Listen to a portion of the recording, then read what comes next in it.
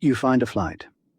The departure time works, the route works, the price looks reasonable. You come back later. The flight is still there. You can still buy a ticket on it, but the cheap option is gone. Nothing about the aircraft had to change. The departure is still scheduled, and an empty-looking seat map wouldn't settle the question anyway. Seat assignments and commercial inventory are not the same thing. What changed was what the airline was willing to sell at that price. The obvious explanation is demand. More people want the flight. Cheap tickets get used up, prices rise. Sometimes that's close enough. But it leaves out a more interesting question. Why would an airline stop selling cheap capacity today when the plane might still leave with empty seats? An airline seat is unusual inventory. Not because of the seat itself, because the capacity has a deadline. A hotel room has the same problem. So does a concert ticket. Once the moment passes, yesterday's unused capacity cannot be put back on the shelf and sold tomorrow. When the aircraft departs, the opportunity to earn passenger revenue from that empty capacity is gone. Which suggests a simple rule. Someone is willing to pay now? Take the money. Except selling now does one more thing. It gives up the option to sell that capacity later. The future passenger may never appear, but once the capacity is sold, that choice is gone. So the airline faces two different risks. Wait too long, and capacity can leave empty. Sell too quickly, and later demand may arrive after the useful capacity has already been committed. The airline isn't only trying to fill the plane. It is deciding how quickly it can afford to fill it. And that requires making decisions about passengers who haven't booked yet. Long before departure, the airline already knows a few things. How many bookings have arrived? How much capacity remains? How quickly this flight is booking compared with similar departures? And as time passes, that picture changes. One flight starts running ahead of expectations. Another falls behind. Cancellations return capacity. Demand arrives differently than history suggested. Revenue management systems use those patterns to estimate what may still happen before departure. Not one guaranteed future, a range of possible ones. And that means someone who hasn't even searched for this flight yet can still affect what the airline is willing to sell today. Not because the airline knows who that person is. It doesn't need to. It needs an estimate of how much demand may still arrive, and what keeping some capacity available for that demand might be worth. So when a cheap fare disappears, it does not necessarily mean someone just bought the last cheap seat. The airline may be preserving the ability to sell that remaining capacity differently later. Which leaves a harder question. How much capacity should it protect for people who may never show up? Take a deliberately simple example. Imagine 1 unit of capacity remains. A customer is willing to pay $180 now. The airline can take it, guaranteed revenue. But suppose the system estimates that keeping that capacity available has an expected future value of $220. That does not mean someone is definitely coming later to pay $220. There may be no later passenger at all. The number represents something different. The estimated value of keeping several possible futures open, weighted by how likely the system thinks they are. So, in this simplified example, $180 now means giving up an option currently valued more highly. Traditional revenue management systems can express this through booking controls. Lower price demand is accepted up to a point, while some remaining capacity is protected for potentially higher value demand later. But nothing physical has been placed aside. There is no particular seat carrying a label that says, "Reserved for a business traveler who hasn't booked yet." What is being protected is a choice, and that creates a strange result. A cheap ticket can be profitable on its own and still be the wrong booking to accept, because its cost is not only the capacity it consumes, it is what the airline can no longer do with that capacity afterward. Of course, this logic has a problem. The future can be wrong. Suppose the airline protects the capacity. Then the hoped-for demand never arrives. The aircraft departs with an empty seat. Looking backward, selling it cheaply would have been better. Now run the other version. The airline accepts the low-fare booking. Later, demand becomes stronger than expected. A more valuable booking wants the same constrained capacity. Now it's gone.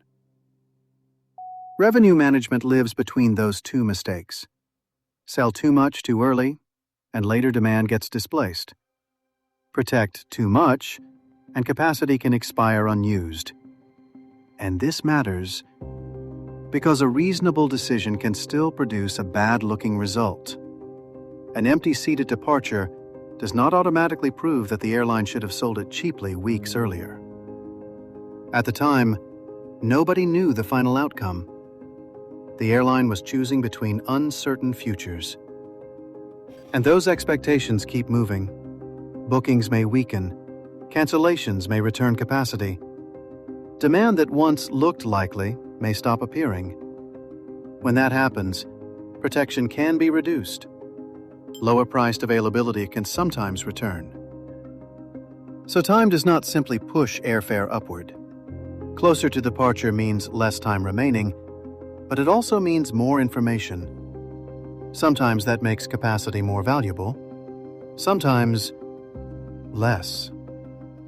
Which raises another question. If this whole decision depends on forecasting demand, how clean is the data underneath the forecast? Imagine a low-fare option is open. People buy it. Then the airline closes it. After that moment, more customers may still want that price, but they can't buy it. Some choose another fare. Some choose another flight. Some leave. Now look at the historical sales record. It shows how many tickets were sold. It does not necessarily show how many people would have bought the cheaper option if it had remained available. So bookings are not a perfect record of demand. They are partly a record of earlier inventory decisions. And now the system has a feedback problem. It uses demand estimates to decide what to sell. Those decisions change what customers are allowed to buy, and those purchases become data for the next forecast. In other words, the system can hide some of the demand it later needs to predict. Airlines therefore use forecasting methods that try to estimate some of the demand that previous controls prevented them from observing directly. The mathematics can become complicated. The useful idea isn't. Zero sales after a fare closes does not mean zero people wanted it. For revenue managers, that means the job is not simply watching a bookings line climb across a chart. The system is estimating something it can only partly observe. Humans still decide how these systems are configured, what assumptions are acceptable, and when unusual behavior deserves attention. But even this is still a simplified picture. Because an airline network does not really sell isolated seats, one flight at a time. Imagine one remaining place on a flight from A to B. One passenger wants to travel only from A to B. Another wants to travel from A to C, connecting through B. For the first leg, both passengers need the same physical capacity. But accepting either booking can remove a different set of possibilities from the network. The connecting traveler also needs capacity from B to C. Other passengers may be competing for those legs too. So asking, "How much is this seat worth?" isn't quite the right question anymore. The better question is, what else could the airline do with this capacity if it doesn't sell it to this passenger? Network revenue management systems can represent that trade-off using internal opportunity values, often called bid prices. These are not ticket prices shown to customers. Think of them more like an internal threshold, an estimate of what one more unit of constrained capacity is worth to the network at that moment. If a booking does not justify the capacity it consumes, preserving the option may be more valuable. And as bookings, forecasts, and remaining capacity change, that internal value can change too. This is where the familiar idea of the same seat stops being very useful. Physically, yes, it can be exactly the same seat. Economically, that capacity can be part of several competing journeys. Each one removes a different set of possibilities. The seat is no longer just a product. It is a piece of network capacity, with alternatives attached to it. For decades, airline retailing relied heavily on discrete fare products and booking classes. One price level was available, then another. A lower-priced option could close while higher-priced inventory remained open. That made many price changes look like steps. Airline retailing is becoming more flexible. Some newer systems can support more granular prices and more dynamically generated offers instead of forcing every shopping request onto the same rigid ladder. What the passenger sees can change. The system may have more freedom over the exact offer it returns. But the underlying problem remains stubbornly physical. The aircraft still has finite capacity. Departure still creates a deadline. A booking still consumes capacity that cannot be sold twice on the same departure. Future demand is still uncertain. And on a network, accepting one itinerary can still remove another. AI can sharpen forecasts. It can automate more of the optimization. It can react to changing information faster. What it cannot do is remove the trade-off.